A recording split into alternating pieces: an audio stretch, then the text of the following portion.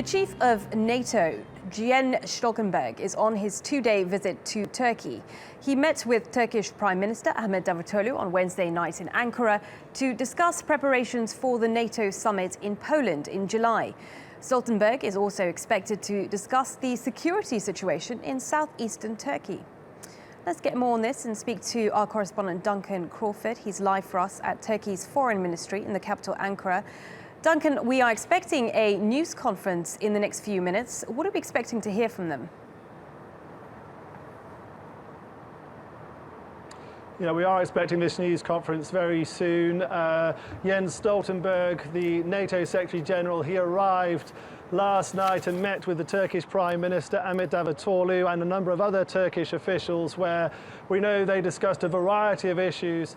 Mr. Stoltenberg afterwards saying that Turkey plays a crucial role in tackling people trafficking in the region. We know that the refugee crisis has been discussed. NATO vessels are now patrolling the Aegean Sea and working with the Turkish Coast Guard and the Greek Coast Guard as well to try and stem the flow of people travelling from Turkey to Europe.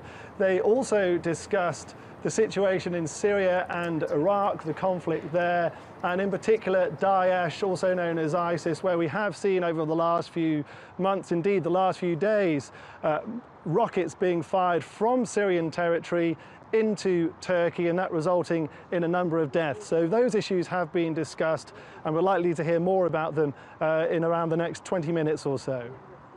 Duncan, you mentioned the refugee crisis. Give us a bit more detail about the role that NATO has been playing in that.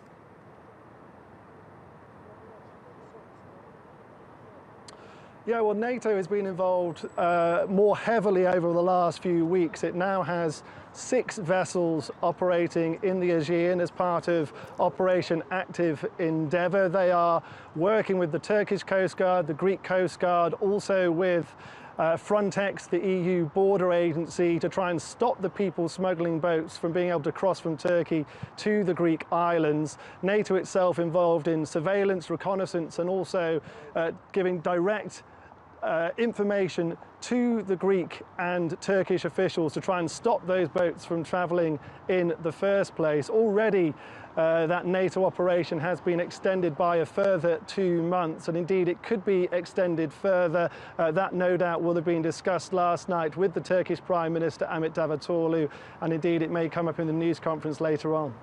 Okay, Duncan, many thanks for that. And of course, as Duncan mentioned, we are expecting that press conference. As soon as we get it, we will of course bring it to you.